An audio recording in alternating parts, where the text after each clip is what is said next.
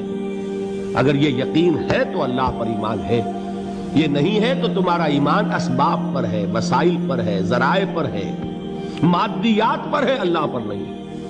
اس وقت کہاں راستہ تھا؟ کوئی راستہ تھا؟ سمندر ہے اور ادھر سے لشکر آ گیا ہے۔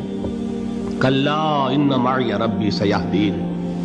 اب دیکھیے ایمان کہہ دینا آسان ہے، ہوا معکم اینما کنتم، جہاں کہیں بھی تم ہوتے ہو اللہ تمہارے ساتھ ہوتا ہے، لیکن اس کا یقین قائم ہو جائے تو زمین و آسمان کا فرق واقع ہو جائے۔